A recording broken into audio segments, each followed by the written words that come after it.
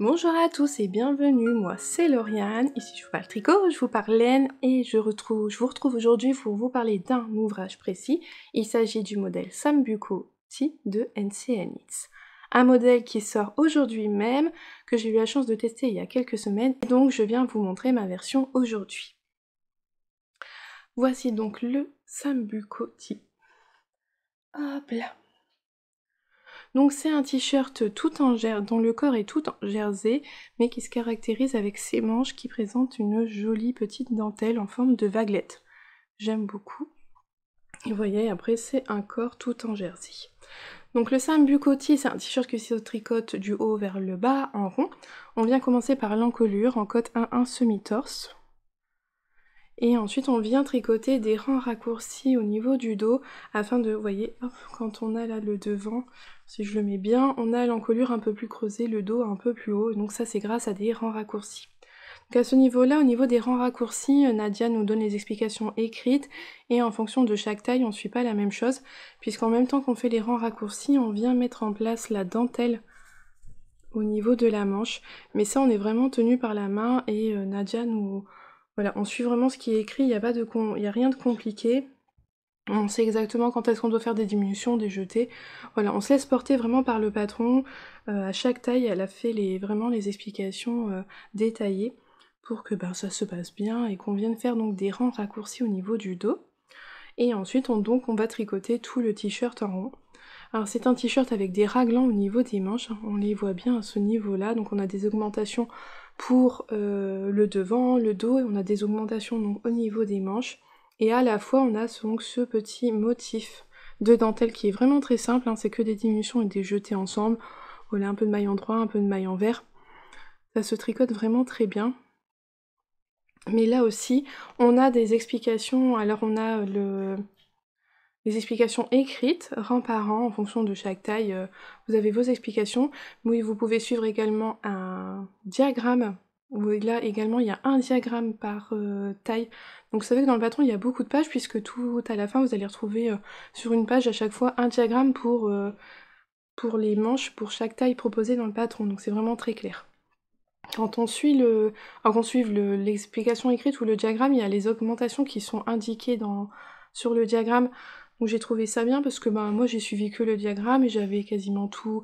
Alors j'ai lu le patron avant, mais il y a les ongles et donc je savais quand est-ce que je devais faire des augmentations au niveau du corps, au niveau des manches. Et quand elles sont indiquées et donc elles sont parfaitement bien indiquées pour les manches sur le diagramme. Donc ça n'a vraiment pas été compliqué de suivre le diagramme et de faire mes augmentations raglant en même temps. J'ai trouvé que toutes les informations nécessaires étaient présentes dessus. Et que c'était vraiment pas... c'est pas compliqué. De toute façon, c'est un maillot basique, hein, mais avec ce petit point là sur les manches. Donc on vient faire les manches jusqu'à ce niveau-ci, l'emmanchure. À ce moment-là, on s'arrête et on vient tricoter le t-shirt, la longueur qu'on désire, tout en jersey endroit. Personnellement, je l'ai fait un peu plus long que ce qui est recommandé dans le patron, parce que c'est ce que j'avais envie. Et on vient faire de longues côtes à un semi-torse sur le bas du t-shirt. Et moi, j'ai fait un rabat classique. Voilà, j'ai rien fait de particulier sur mon rabat, j'ai rabattu mes mailles normalement. Donc l'encolure est déjà faite puisqu'on commence par ça et on n'a pas besoin de revenir relever les mailles. Et ensuite, on vient reprendre les manches. Et on vient refaire quelques motifs. Alors là, par contre, moi j'en ai fait un peu moins que ce qui est préconisé dans le patron. Nadia, elle a vraiment des manches qui tombent bas. Moi, je n'avais pas forcément envie qu'elles tombent aussi bas, donc j'ai fait un petit peu moins que préconisé dans le patron. Et ensuite, j'ai respecté le nombre de côtes, 2 cm de côtes, là aussi forcément, un semi-torse au niveau des manches. Par contre, ici, j'ai fait le rabat de Xiaowei Design, parce que c'est un rabat qui est vraiment très simple à faire, que j'aime beaucoup, et qui a apporté de l'élasticité au niveau du bras. C'était pour être sûr que mon bras passe bien et que je sois à l'aise. Donc en soi, c'est vraiment un petit basique, vraiment simple à faire, que j'ai trouvé agréable à tricoter, parce que voilà, on a tout sa dentelle ici. Alors juste au niveau des manches, donc si vous débutez en dentelle, c'est vraiment bien, parce que vraiment c'est un point très simple, pas compliqué du tout. Donc c'est vraiment très chouette à tricoter. Et donc on l'a que là au niveau des manches, donc après voilà, on n'est pas obligé d'être concentré tout le temps sur sur le pull, ça se tricote vraiment bien. Alors, donc c'est aussi un modèle qui est disponible en français, en anglais, comme toujours avec Nadia, qui est vraiment clair, bien expliqué. Moi j'aime beaucoup la manière à Nadia d'expliquer ses patrons, sa mise en page et tout. Maintenant depuis le temps j'y suis habituée et j'apprécie beaucoup. C'est un t-shirt qui se tricote en fingering, je ne sais plus la laine qu'elle avait utilisée, Nadia pour son patron. Moi personnellement j'ai utilisé la laine qu'une abonnée m'avait offerte un peu plus tôt dans l'année, au niveau de mon anniversaire si je dis pas de bêtises, et il s'agit de la Madeline Tosh Merino Light, le coloris Central Park West. Donc il y avait 384 mètres pour 100 grammes, voilà, c'est la Madeline Tosh Merino Light. C'est une laine single, c'est-à-dire que le fil il est pas retordu, il est tout rond, j'aime beaucoup. C'est une base que j'aime énormément.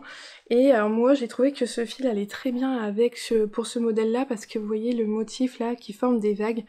Et ben moi ce coloris là me faisait penser à la mer, avec ce bleu, les différentes nuances de bleu qu'il y avait dedans, et les petites touches de orange, beige. Moi ça me fait penser à la mer, au sable. Et j'étais... Voilà, je sais pas, j'ai associé vraiment ce t-shirt là à la mer, au sable, de par la couleur du fil et des petits motifs de vagues.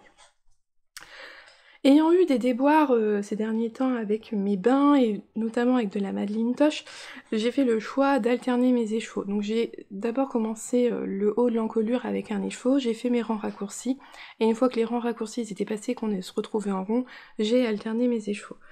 Alors au départ, je faisais suivre mon fil derrière, vous voyez, on voit bien là, hop hop hop, changement de fil à chaque fois, donc c'était voyant. C'était pas forcément... Alors malgré le lavage, vous voyez, ça se voit légèrement. C'est pas terrible, c'est pas grave, hein, c'est pas non plus... on voit pas que ça, mais moi je le sais bien, je vois bien que c'est à ce niveau-là, c'est pas folichon. Ensuite, j'ai suivi une méthode que j'avais trouvée sur la chaîne de EV3, anciennement Bobine et Pelote. Alors, côté intérieur, ça ne se voyait pas du tout. Mais côté extérieur, ben, ça se voyait quand même, en fait, un petit peu. À ce niveau-là, c'était quand même un peu voyant. Et j'ai fini donc par faire la méthode hélicoïdale. Alors quand est-ce que j'ai passé en hélicoïdale? Bah à ce niveau-là. Attendez, hop, si je le mets bien. Jusqu'où j'ai quelque chose... Ah non, c'est là. Oui, j'ai fait la méthode de Dev ici tout du long, de là jusqu'à là. Je l'ai fait pendant longtemps. Et ça se voit parce que... Alors, où est-ce que je pourrais vous le montrer? Comment on le voit déjà? C'est pas fort voyant, vous voyez, en fait, c'est pas très voyant, là. À ce niveau-là, en fait, on voit le fil qui suit tout du long ici. Alors, c'est pas non plus extrêmement voyant, mais bah, ça se voyait, et finalement, je me suis dit, bah non, ça me convient pas. Alors, je l'ai fait quand même pendant longtemps, et à un moment, en fait, quand je suis arrivée, j'arrivais pas loin, j'étais plus très loin de la fin des manches. Et donc de la fin de la dentelle. Et je me suis dit, bah, je vais faire d'une manière hélicoïdale, comme ça. La manière hélicoïdale, on ne voit rien du tout. On ne voit rien sur le corps, on ne voit rien à l'intérieur. Il n'y a aucun changement. Je vous invite à aller voir sur YouTube, vous marquez hélicoïdale, tricot hélicoïdal, vous allez trouver des tutos, tout ça, c'est vraiment très simple, très clair. Et donc après, j'ai alterné donc vraiment 2 écheveaux tout du long de mon bas du t-shirt. Et je pense que j'ai bien fait parce que mine de rien, je pense que j'aurais pu avoir ce qu'on appelle du pooling, c'est-à-dire des zones où il y aurait eu la même couleur qui revient tout le temps. Je pense que ça aurait pu le faire, mais que justement comme ça a été un rang sur 2, j'ai changé de pelote, finalement ça ne l'a pas fait. Parce que quand même qu'on voit bien, vous voyez, ça fait quand même des grandes zones... J'aurais pu, je pense, avoir du pooling ou avoir vraiment des différences entre mes écheveaux. Alors si je me trompe pas, arrivé à ce niveau-là, c'est mon dernier écheveau, le 3e écheveau, et j'avais arrêté de faire l'hélicoïdal, et vous voyez, ça se voit quand même assez bien ici, il est quand même un peu plus foncé que le reste de mon t-shirt. Mais au final, donc je suis vraiment contente du rendu, puisque le rendu, voilà, il n'y a pas de pooling présent, il n'y a pas de grosse démarcation, ça se passe vraiment bien. Oui, non, je pense quand même que j'aurais pu avoir du pooling, hein. On voit quand même qu'il y a des zones un peu plus orangées que d'autres. Et j'ai fini donc mes manches avec mon 3e écheveau sans faire aucun changement, il n'y a pas eu de soucis. Voilà donc pour le Sambuco Tea. Voilà, j'ai pas franchement beaucoup plus de choses à vous dire puisque c'est vraiment un modèle vraiment très simple, accessible aux débutants, très bien expliqué au niveau des manches, au niveau de la dentelle. Il n'y a pas de grande difficulté, vous suivez bien ce qui est écrit dans le patron et ça devrait bien se passer.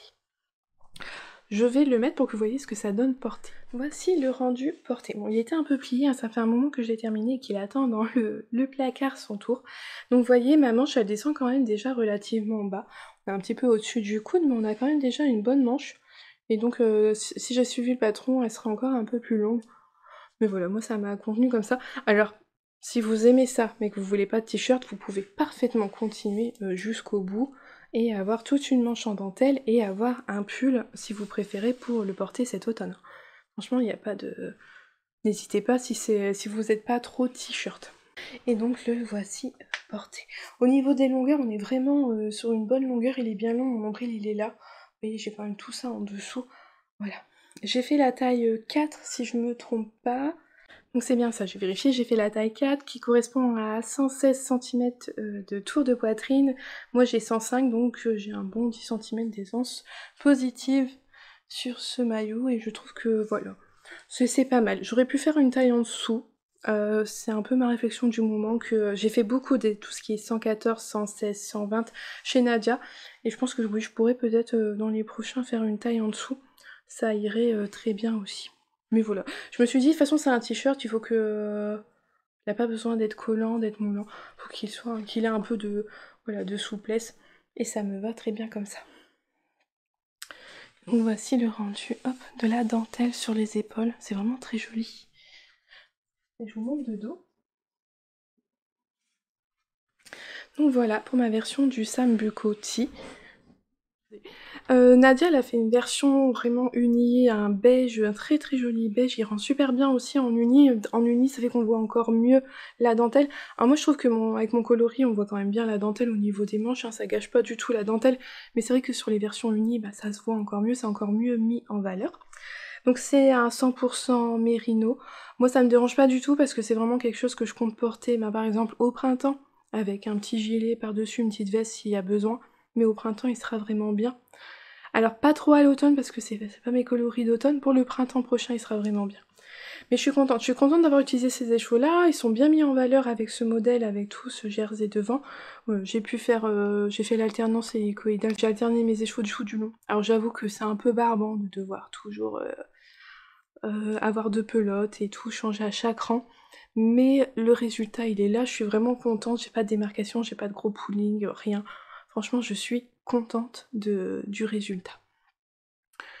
Donc le patron est disponible sur Ravelry ou sur le Payhip de Nadia au prix de 8,40 €.